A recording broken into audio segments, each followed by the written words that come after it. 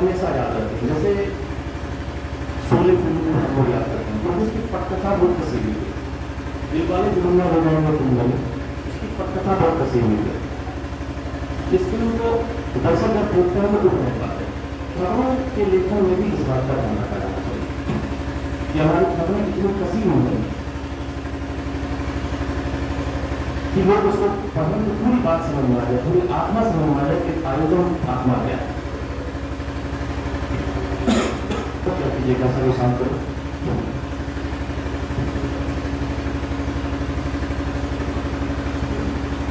बात का ध्यान रखना बेहद जरूरी है। आप जब किसी खबर को लिखें तो 2-4 पॉइंट को आपके आयोजन की 4 प्रमुख बातें होंगी। आयोजन में आपको नहीं लगता, चूंकि आपका आयोजन है, आपको लगता है कि हर बात प्रमुख है, लेकिन उसमें 5 बातें ऐसी होंगी जो सबसे प्रमुख होंगी, जो आपको लगता होगा कि लोगों को पढ़ानी चाहिए, ये बात अधिक से अधिक प्रचारित होनी चाहिए। तो उन 5 बिंदुओं का विश्लेषण आप ठीक से करें, बाकी चीज़ों को संक्षिप्त विश्लेषण करें, एक-एक लाइन। क्योंकि मैंने पहले भी कहा कि अखबार में जहाँ की कमी होती है, आप इसको ऐसे समझें कि जब हम अखबार में कोई विज्ञापन प्रचारित करते हैं तो जिस साइज का हम विज्ञापन देते हैं उसके लिए हमको कई हज़ार रुपये खर्च करना पड़ता है। व्यवसायिक दृष्टिकोण से मैं समझा रहा हूँ। तो अखबार के लिए जब हम खबर के लिए उसका प्लेस निर्धारित करते हैं तो आप समझिए कि एक खबर की कीमत 25,000 रुपये हो गई, 20,000 रुपये हो गई। व्यवसायिक दृष्टिकोण से समझिए। इसलिए ये महत्वपूर्ण है कि आपकी बात तभी अखबार में मुकम्मल स्थान पाएंगी, जो आप चाहते हैं वो खबर छप जाएगी, वो कटेगी छटेगी नहीं, जब आप छोटे शब्दों में, कम शब्दों में अपनी प्रमुख बातों को पढ़ने लेते हैं। और हर आयोजन में 2-3 चीज़ें ही प्रमुख होती हैं, बाकी चीज़ें सहायक होती हैं। जो आयोजन बड़ा है, हमको अगर आप कहेंगे कि बहुत देर बोलना है तो हम कभी इधर की बात करेंगे, उधर की बात करेंगे। मुद्दे की बात जो होती है वो बहुत कंक्रीट बातें होती है, वो सबसे पहले उसका पॉइंट आउट कर देना होगा। 4 बातों को आप अपने इंट्रो में डालिए। इंट्रो का मतलब खबर के शुरुआती 4 पंक्तियों, उन चीज़ों को डालिए, फिर उसको विश्लेषण करिए। अगर अखबार के पास जगह होगा तो वो उसको स्थान दे देगा, अगर जगह नहीं होगा तो वो चीज़ें कट देंगे। तो खास तौर पर उन बातों का ध्यान रखना जरूरी है और इस पर होमवर्क करना होगा। इस पर खबर लिखने वक्त भी इस बात का ध्यान रखना होगा कि आज हमारे इन्होंने क्या बातें कही और इसका फलक कितना बड़ा हो सकता है, इसका प्रभाव क्षेत्र क्या होगा, तो उस प्रभाव क्षेत्र को समझना पड़ेगा। हम लोग भी किसी पॉलिटिकल लीडर के बयान को छापते हैं, हम लोग उसके प्रभाव क्षेत्र को देखते हैं कि आज मोदी जी ने ये कहा, तो हमारे अगर हम बिहार के परिप्रेक्ष्य में उसको छापेंगे तो हम ये कोशिश करेंगे कि उन्होंने बिहार के परिप्रेक्ष्य में कहा। भागलपुर के परिप्रेक्ष्य में छापेंगे तो हम लोग ये कोशिश करेंगे कि भागलपुर के परिप्रेक्ष्य में हमारे विकसित बातें क्या करें, अगर वो भागलपुर आए हैं। तो जब इतने बड़े नेता हैं, उनके आयोजन में भी इन बातों का ख्याल रखा जाता है, तो विद्या भारती के आयोजन में भी इन बातों का ख्याल रखा जाना चाहिए। ये बहुत जरूरी है। 4 बिंदु कौन कौन से हैं?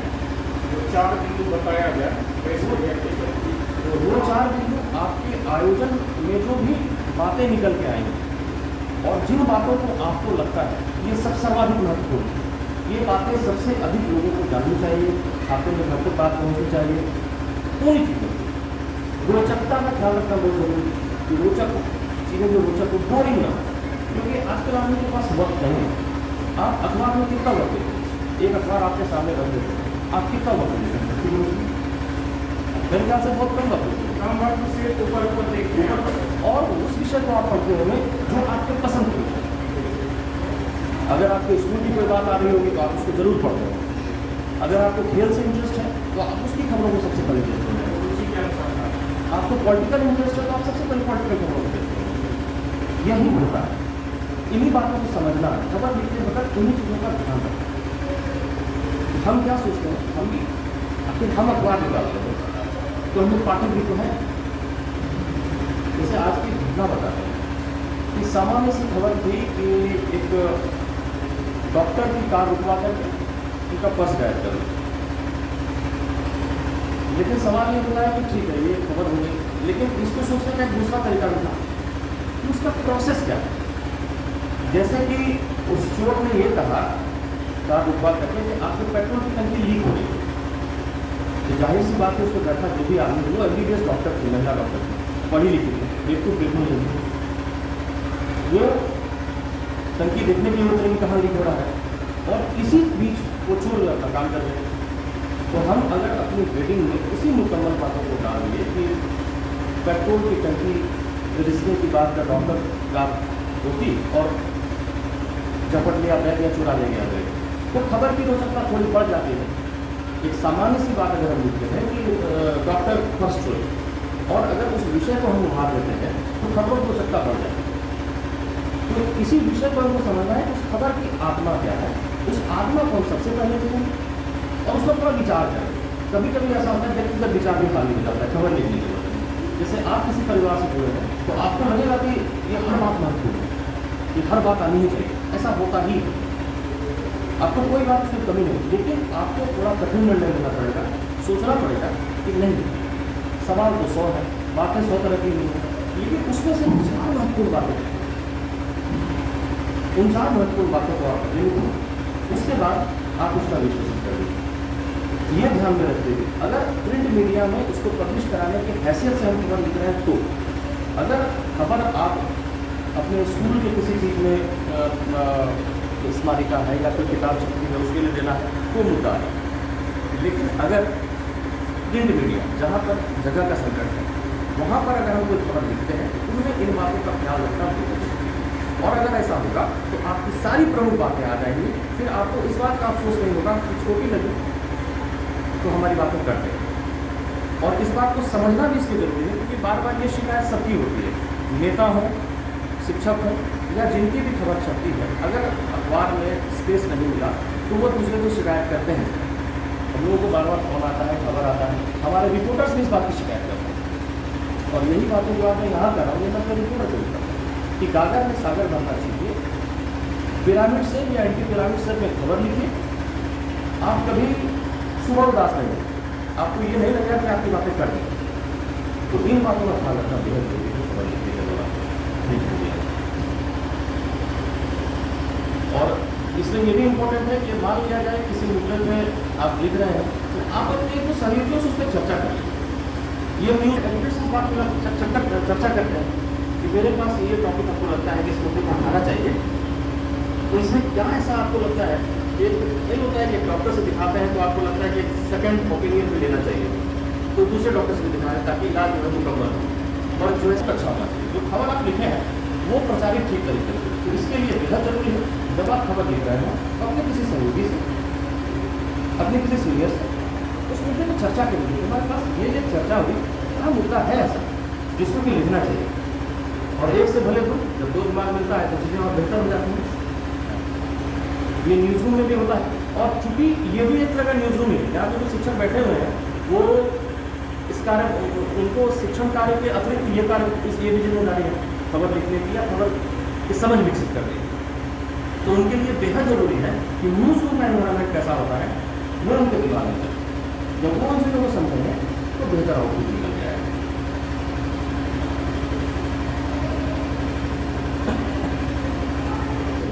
उनका यही है।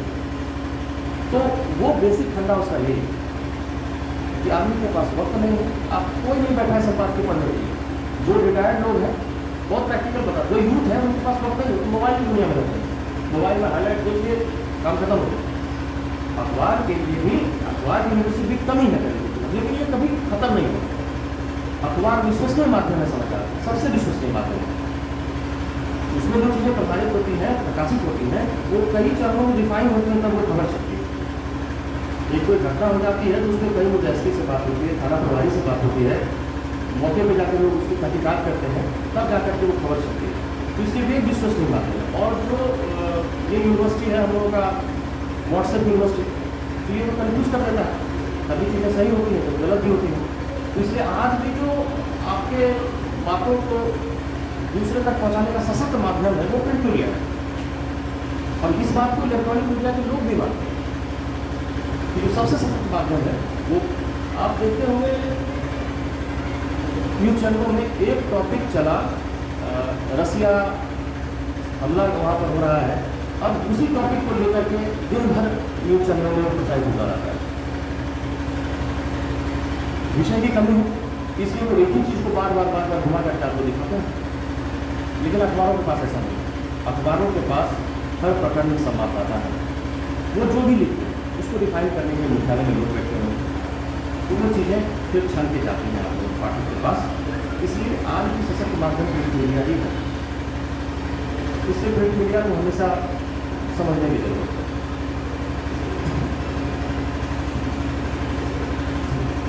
आज के परिवेश में सोशल मीडिया किस तरह परिभाषित कर सकते हैं, कितना इम्पोर्टेंट है? कॉलेज तो हो गया सोशल, मतलब वो आपके जीवन में जैसे आपके वाहिकाओं में रक्त का संचरण हो रहा है, बहाव हो रहा है, वो लगभग वैसा ही। लेकिन ये आपकी इच्छा शक्ति पर है, आपके विवेक पर है कि उसको कितना कवर किया जाए और किस तरह से। आप उसको दरकिनार नहीं कर सकते, आप तकनीक को दरकिनार नहीं कर सकते। तकनीक का बहुत सा नुकसान हुआ है, आज मेरा दिमाग काम करना बंद कर दिया, कुल होता जा रहा है धीरे धीरे।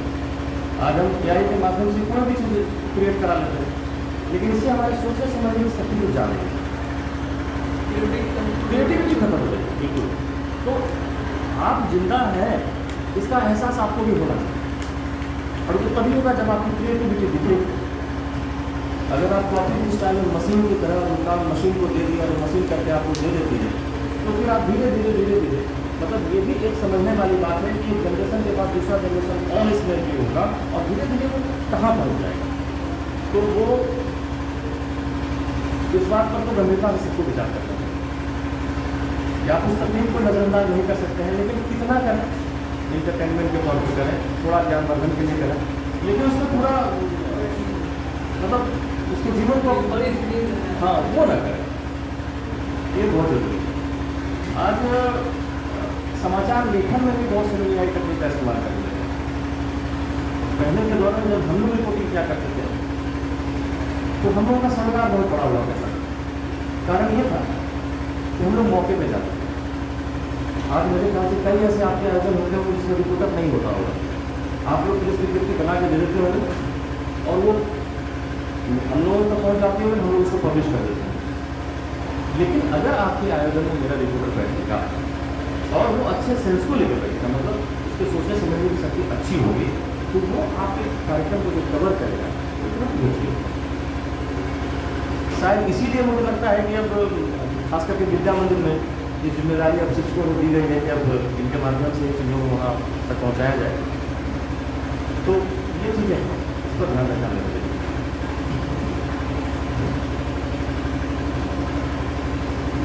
खबर लिखने में जो परेशानी आती है कृपया उस पर जरूर एक बार चर्चा कर लें, ताकि एक तो हमने कसी पटकथा की बात कही, 5W1H का फॉर्मूला है, लेकिन वो देखिए वो उसके लिए बहुत अधिक उपयोगी है जो शुद्ध रूप से पत्रकारिता कर रहे हैं। उसको मोटे तौर पर ऐसे समझते हैं कि सारी महत्वपूर्ण बातें जो जिज्ञासा है वो 4 लाइन में लोगों के ध्यान में आ जाए। ये इन बातों का ख्याल रखना बेहद सबसे ज़्यादा जरूरी है।